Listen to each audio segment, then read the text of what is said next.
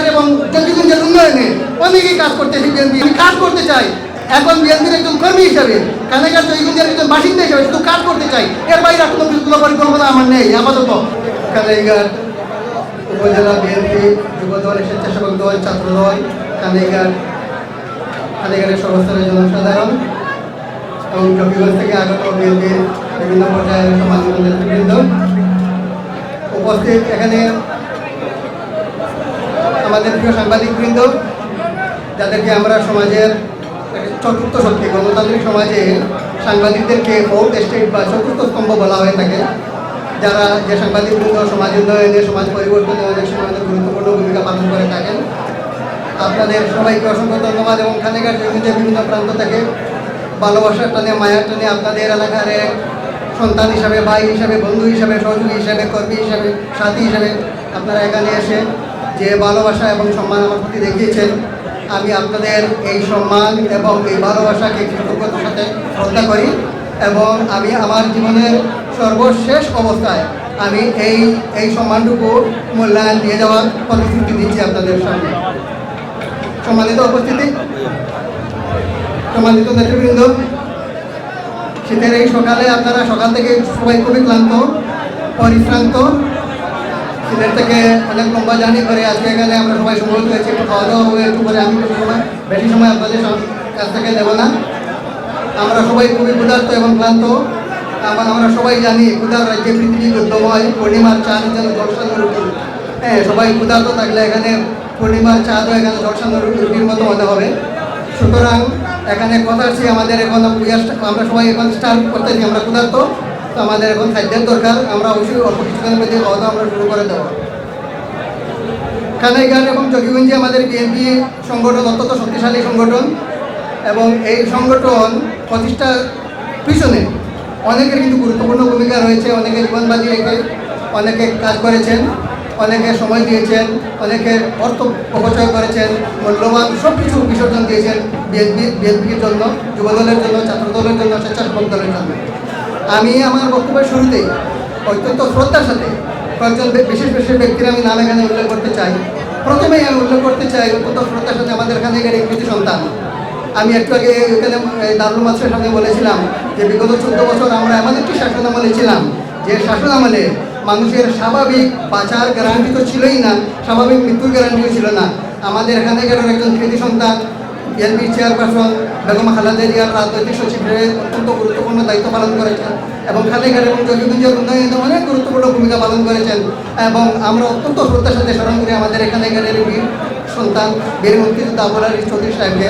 এবং আমরা আজকের এই সভা থেকে অত্যন্ত শ্রদ্ধাভাবে আমরা সবাই কায়েম মোহাম্মদকে প্রার্থনা করি, আল্লাহ যেন ওনাকে বেহেশতের সর্বোচ্চ স্থানে আল্লাহ যেন ওনাকে দান করেন। এবং আমি আরও শ্রদ্ধার সাথে স্মরণ করতে চাই এখানে আরও কয়েকজন বিশিষ্ট ব্যক্তিবর্গ, যারা এখানে বিএনপিকে শক্তিশালী করার জন্য, বিএনপির জন্য অনেক কিছু করেছেন, অনেক ত্যাগ স্বীকার করেছেন। সবার নাম আমার হয়তো মেমোরিতে নেই, বা সবার নাম আমি এই মুহূর্তে বলতে পারবো না। আমার মেমোরিতে যে কয়েকজনের নাম আছে আমি তাদের মধ্যে থেকে কয়েকজনের নাম এখানে বিশেষভাবে উল্লেখ করতে চাই, শ্রদ্ধা জানাতে চাই তাদের ত্যাগ তিতিক্ষাকে এই দলের প্রতি, এই এলাকার মানুষের প্রতি, এই এলাকার উন্নয়নের প্রতি। আর আহমদ সিদ্দিকী, দুদুমিয়া সাহেব, ইফজালুর রহমান, শহর গুতুম থেকে শুরু করে অনেকেই এই এলাকার বিএনপি, এই কানেঘাট এবং চৌকিগঞ্জে বিএনপির উন্নয়নের জন্য অনেক ত্যাগ স্বীকার করেছেন, অনেক স্যাক্রিফাইস তারা করেছেন। এবং হাজি জমশেদ আলী সহ আরও অনেকেই, যদি আমি নাম বলেছি, যদি আমি কারো নাম ভুলবশত মিস করে থাকি তাহলে আপনারা ক্ষমাসুলভ দৃষ্টিতে দেখে নেবেন। সবাই এখানকার বিএনপি প্রতিষ্ঠা করার জন্য অনেক সংগ্রাম করেছেন। শুধু তাই নয়, আমাদের বিএনপির অনেক নেতৃবৃন্দ আমাদের এখানেকার চৌকিগঞ্জের কৃতি সন্তান, যারা শারীরিকভাবে সুস্থ নয়, আমাদের এখানেকার কৃতি সন্তান, সাবেক এমপি, সিলেট 5 আসনের এখানেকার চৌকিগঞ্জের সিলেট জেলা বিএনপি সাবেক সাধারণ সম্পাদক আবুল গায়ের চৌধুরী সাহেব, উনি শারীরিকভাবে অসুস্থ।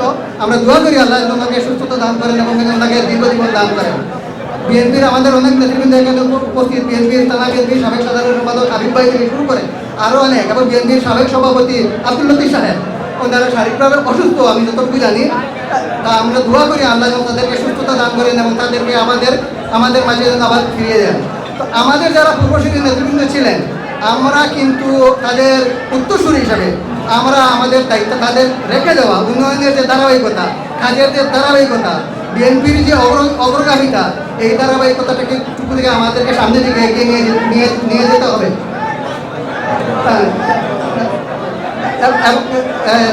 আমাদের এই ধারাবাহিকতাকে কী করতে হবে, এগিয়ে নিয়ে যেতে হবে। এবং আমাদের এই খানাইঘাট এবং জকিগঞ্জ সারা বাংলাদেশেই বিগত 17 বছরে বঞ্চিত ছিল, অবহেলিত ছিল, উন্নয়নের কোনো ছোঁয়া লাগেনি। ব্যক্তিগতভাবে দলীয় কিছু নেতাকর্মী এবং কিছু রাঘব গোয়ালদের উন্নয়ন ছাড়া কিছু হয়নি। তারপরেও আমাদের খানাইঘাট জয়গঞ্জ উন্নয়ন এবং উন্নয়নের দিক দিয়ে খানাইঘাট এবং জয়গঞ্জ সবসময় পিছিয়ে ছিল। কারণ আমাদের খানাইঘাট জয়গঞ্জ সত্যিকার অর্থে কোনো প্রতিনিধিত্ব ছিল না, জাতীয় পর্যায়ে কোনো প্রতিনিধিত্ব ছিল না। তো আমরা আশা করি আগামী দিনে আমাদের এই খানাইঘাট জয়গঞ্জে যে কেউ হোক কোনো সমস্যা নেই, আমাদের বিএনপির কোনো প্রতিনিধিত্ব থাকবে যারা সত্যিকার অর্থে বিএনপিকে প্রতিনিধিত্ব করবে এবং খানাইঘাট জয়গঞ্জের উন্নয়নে কাজ করবে। খানাইঘাটের মানুষের যে চাহিদা, আজকে রাস্তাঘাট সেটাতে কাটার মধ্যে রাস্তাঘাটে দুর্দশা অবস্থা দেখলাম। বিগত বছরগুলিতে বিলিয়ন ডলার বিদেশে পাচার করা হয়েছে। এক এক ব্যক্তি লন্ডন, আমেরিকায় শো কোটি তাদের নিজস্ব বাড়িঘর গড়ে তুলেছে। অথচ এইরকম একটা বাড়ি তৈরি করলে বিক্রি করলে আমাদের এখানে কানেঘাট থেকে সিলেট পর্যন্ত একটা রাস্তা একদম পুরো একটা মহাসড়ক হিসাবে তৈরি করা যেত, কিন্তু এগুলো কিছু হয় নাই।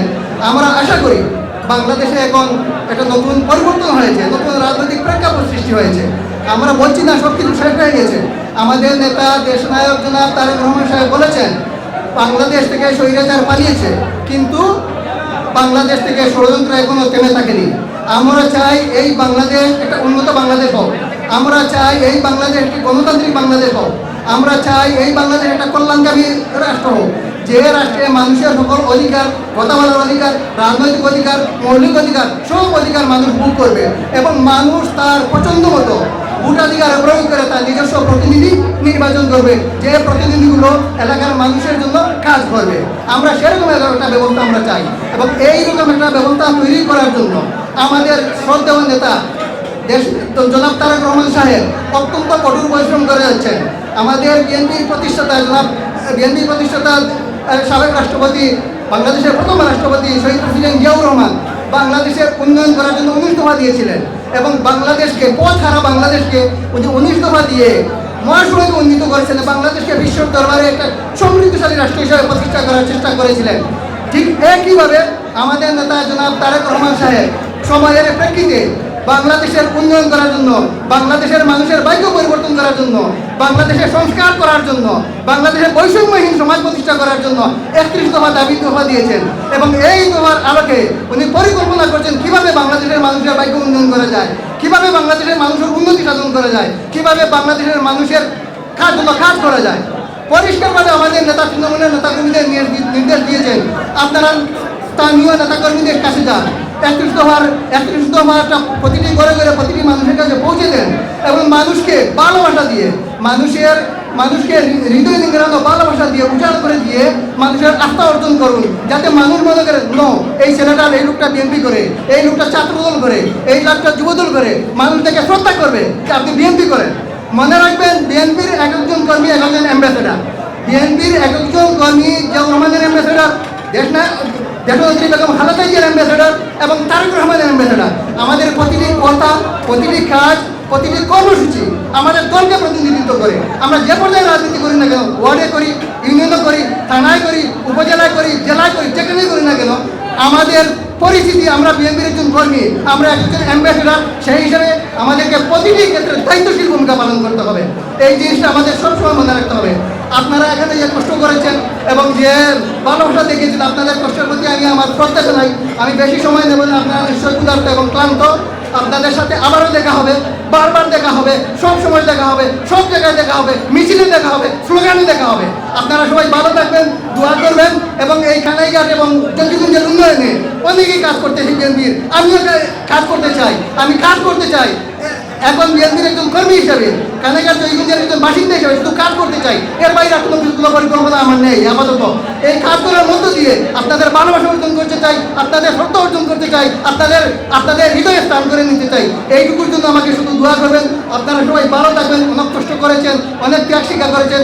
আপনাদের এই অবদানকে আমি শ্রদ্ধাভরে স্মরণ করবো, মনে রাখবো এবং আপনারা যে আমাকে ভালোবাসা দিয়েছেন, যে চ্যালেঞ্জের মধ্যে দিয়েছেন, যে দায়বদ্ধতার মধ্যে ফেলে দিয়েছেন, আমি ইনশাআল্লাহ আগামী দিনে আমি আমার সব কিছু উজাড় করে দিয়েও আমি এই দায়বদ্ধতা পূরণ করার আমি চেষ্টা করব। আপনারা সবাই ভালো থাকবেন, দোয়া করবেন এবং আল্লাহ আপনাদের সকলের সহায় হোক। আল্লাহ হাফিজ।